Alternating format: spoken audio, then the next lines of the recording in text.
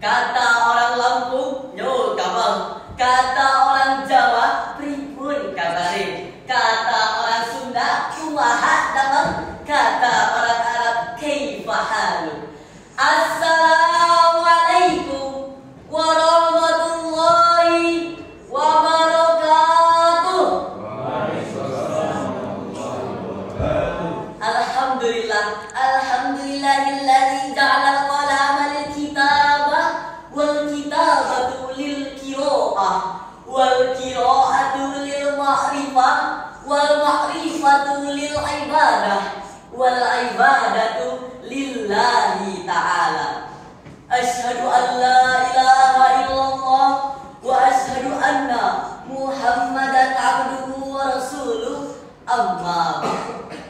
Dewan juri yang arif dan bijaksana, hadirin calon penghuni surga. Pertama-tama marilah kita panjatkan puji serta syukur kita atas kehadirat Allah Subhanahu wa Ta'ala yang Maha Pengasih, Maha Penyayang, yang tak pernah pilih kasih, tak pernah pilih sayang, yang nikmatnya selalu terkucur tak terbilang. Salawat terbingkaikan dengan salam, tak lupa kita sanjung agungkan kepada junjungan kita semua, sang revolusioner dunia, manusia yang paling lembut berkatanya, paling ikhlas hatinya, paling khusyuk sholatnya, pahlawan yang tak pernah mencari lawan, seorang proklamator, bukan seorang koruptor, dan seorang proklamasi yang tak pernah buruk hati. Beliau adalah baginda Rasulullah Muhammad sallallahu alaihi wasallam. Hadirin rahimakumullah, acap kali berbicara tentang Indonesia tentu berkaitan dengan naskah peristiwa. Berbagai budaya kita jaga, mulai dari ujung Sumatera hingga ujung Papua. Berbagai makanan sampai di pinggir-pinggir jalan memanjakan lidah ketika dimakan. Inilah Indonesia dengan berbagai ragam yang ada.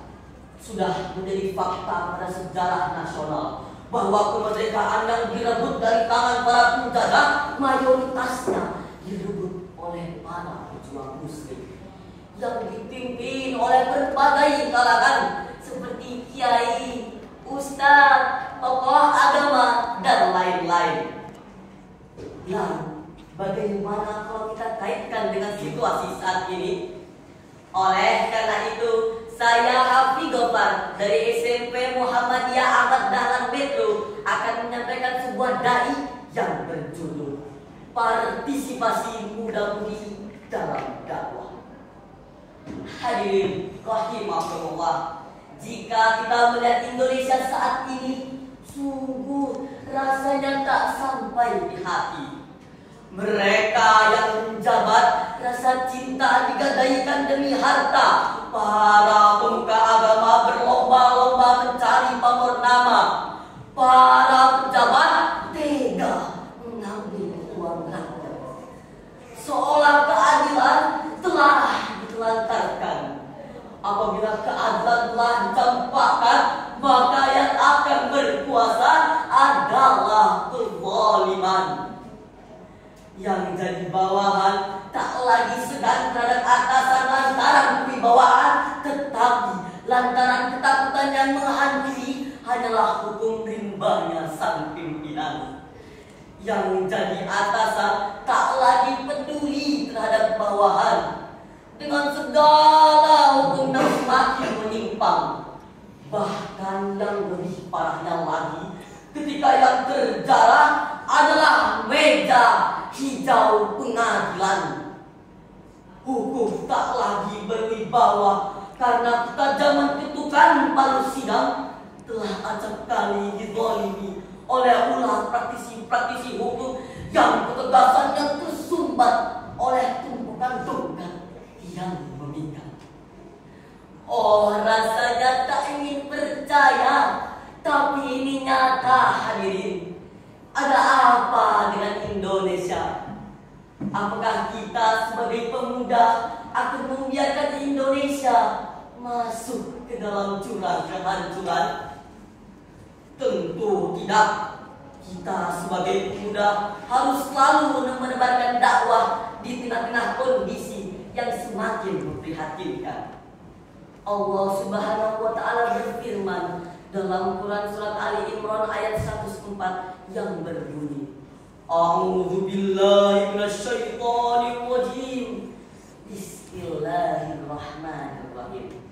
Wa takum minkum ummatun yad'una ilal khair wa ya'muruna bil ma'ruf wa yanhauna 'anil munkar wa ulaika humul muflihun.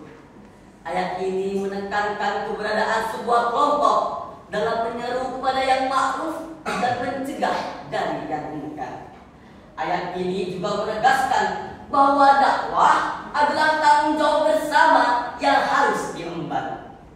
Hadirin rahimakumullah, dalam berdakwah kita juga harus mempunyai visi. Yang pertama, visi pencerdasan. Pencerdasan diantarakan pada pelajar sebagai manusia dapat mempengaruhi perubahan sosial sehingga lahirlah kepribadian yang inovatif. Dan yang kedua, visi pemberdayaan. Pemberdayaan merupakan suatu bentuk pengorganisasian sumber daya dalam melakukan perubahan di masa yang akan datang. Dan yang ketiga, visi pembebasan. Seperti visi utama nuzul Al-Quran adalah liberasi dan humanisasi. Islam sejatinya adalah agama pembebasan. Konsep ini dapat ditemui dalam konsep tauhid sebagai inti ajaran Islam yang mengandung dimensi kebebasan.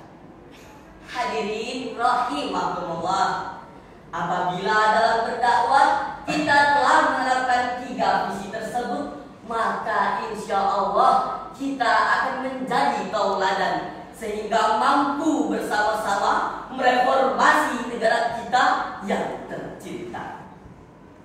Hadirin rahimakumullah, cukup sekian dari singkat yang dapat saya sampaikan. Kurang lebihnya saya mohon maaf. Kepada Allah saya mohon ampun. Nur